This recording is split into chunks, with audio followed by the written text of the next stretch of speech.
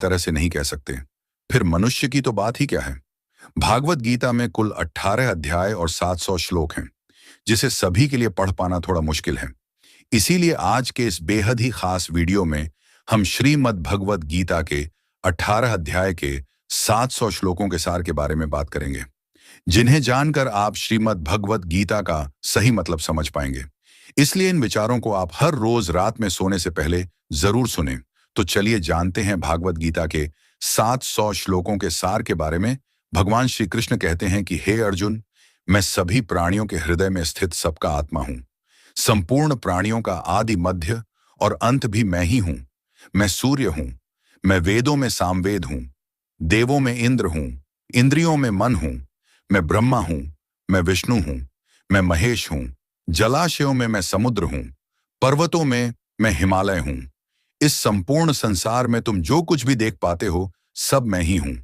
कोई आदमी चाहे लाख चीजें जान ले, चाहे वह पूरे जगत को जान ले, लेकिन अगर वह स्वयं को नहीं जानता तो वह अज्ञानी है। अगर कोई आपको ठुकरा दे तो बुरा मत मानना, क्योंकि वे वास्तव में आपकी कीमत नहीं जानते। जो रिश्ता हमें रुला दे उससे गहरा कोई रिश्ता नहीं, और जो रिश्ता हमें रोता हुआ छोड़ दे उसे कमजोर कोई रिश्ता नहीं।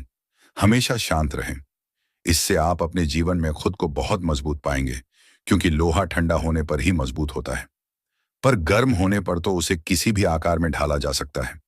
किसी विपत्ति के समय आपको यह 7 गुण बचाएंगे: आपका ज्ञान, आपकी विनम्रता, आपकी बुद्धि, आपके भीतर का साहस, आपके अच्छे कर्म, सच बोलने की आदत और ईश्वर में विश्वास।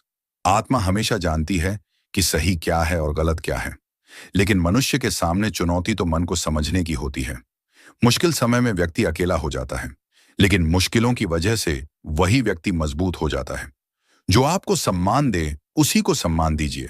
हैसियत देखकर सर झुकाना कायरता का लक्षण है। हे अर्जुन, जो ना कभी हर्षित होता है, ना किसी से द्वेष करता है, ना शोक करता है, ना कामना करता है, जो शुभ और अशुभ संपूर्ण कर्मों का त्यागी है, वह ज्ञानी मनुष्य मुझको अति प्रिय है। मुझे पाने के 3 तरीके हैं: ध्यान योग, ज्ञान योग और कर्म योग, और इन सब में कर्म योग सबसे प्रधान है।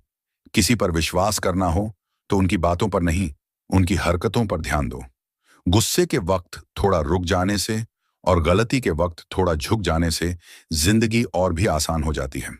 भगवान श्री कृष्ण कहते हैं, जो मनुष्य मुझे जान लेता है वह जन्म मरण के बंधनों से मुक्त हो जाता है। जो मनुष्य भगवत गीता को पढ़कर उस पर अमल करता है, उसके सारे दुष्कर्म का प्रभाव समाप्त हो जाता है। जो भाग्य में है वह भाग कर आएगा, और जो भाग्य में नहीं है वह आकर भी भाग जाएगा। जैसे हवा के झोंके नाव को भटका देते हैं, वैसे ही मनुष्य की इच्छाएं बुद्धि को भटका देती हैं। एक समझदार व्यक्ति वही है जो दूसरों को देखकर उनकी विशेषताओं से सीखता है, उनसे तुलना और ईर्ष्या नहीं करता। शस्त्र केवल शरीर को घायल कर देते हैं, किंतु शब्द आत्मा को भी घायल कर देते हैं।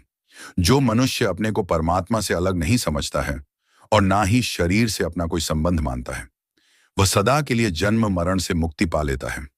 जो व्यक्ति आध्यात्मिक जागरूकता के शिखर तक पहुंच चुके हैं, उनका मार्ग है निस्वार्थ कर्म, और जो भगवान के साथ संयोजित हो चुके हैं, उनका मार्ग स्थिरता और शांति है। मानव कल्याण ही भगवत गीता का प्रमुख उद्देश्य है। इसलिए मनुष्य को अपने कर्तव्यों का पालन करते समय मानव कल्याण को प्राथमिकता देना चाहिए। श्री कृष्ण कहते हैं, जो तुम्हारा साथ देता है तुम उसका साथ दो, जो तुम्हें धोखा देता है तुम उसे त्याग दो। जिस जगह आपका सम्मान नहीं हो वहां पर कभी जाना नहीं चाहिए, वरना लोग आपको कमजोर और बेवकूफ समझेंगे। जहां बारिश ना हो वहां फसल खराब हो जाती है, और जहां संस्कार ना हो वहां नस्ल भी खराब हो जाती है। जो लोग ये कहते हैं मेरे पास वक्त नहीं है, असल में उनके खास रिश्तों की गिनती में आपका नाम ही नहीं है। हे अर्जुन, वह जो वास्तविकता में मेरे उत्कृष्ट जन्म और गतिविधियों को समझता है, वह शरीर त्यागने के बाद पुनः जन्म नहीं लेता और मेरे परम धाम को प्राप्त होता है। वह व्यक्ति जो सभी इच्छाएं त्याग देता है और मैं और मेरा की लालसा और भावनाओं से मुक्त हो जाता है, उसे अपार शांति की प्राप्ति होती है। जिस मनुष्य के अंदर ज्ञान की कमी और ईश्वर में श्रद्धा नहीं होती, वह मनुष्य जीवन में कभी भी आनंद और सफलता को प्राप्त नहीं कर पाता है। ईश्वर ने हमें जो कुछ भी दिया है वही हमारे लिए पर्याप्त है, और यही एक अटल सत्य भी है। संयम, सदाचार, स्नेह एवं सेवा, ये गुण सत्संग के बिना नहीं आते हैं। ईश्वर से किए गए प्रार्थना से इंसान की परिस्थिति या तकदीर बदले या ना बदले, पर उस प्रार्थना से इंसान के चरित्र में जरूर बदलाव आता है। बात इतनी मधुर रखो कि कभी वापस भी लेनी पड़े तो आपको कड़वी ना लगे। खुद में थोड़ा स्वाभिमान होना जरूरी है, वरना लोग आपको वहां भी दबाने की कोशिश करेंगे जहां आपका अधिकार है। कोई एक महापुरुष ही आत्मा को आश्चर्य की भांति देखता है, वैसा ही दूसरा कोई महापुरुष ही इसके तत्व का आश्चर्य की भांति वर्णन करता है, तथा दूसरा कोई अधिकारी पुरुष ही इसे आश्चर्य की भांति सुनता है, और कोई कोई तो सुनकर भी इसको नहीं जानता है। श्री कृष्ण कहते हैं, दुख सुख को समान समझने वाले जिस धीर पुरुष को यह इंद्रिय और विषयों के सहयोग व्याकुल नहीं करते, वह मोक्ष के योग्य होता है। जब तक तुम अपने आप से नहीं हार जाओ, तब तक दुनिया की कोई ताकत तुम्हें हरा नहीं सकती।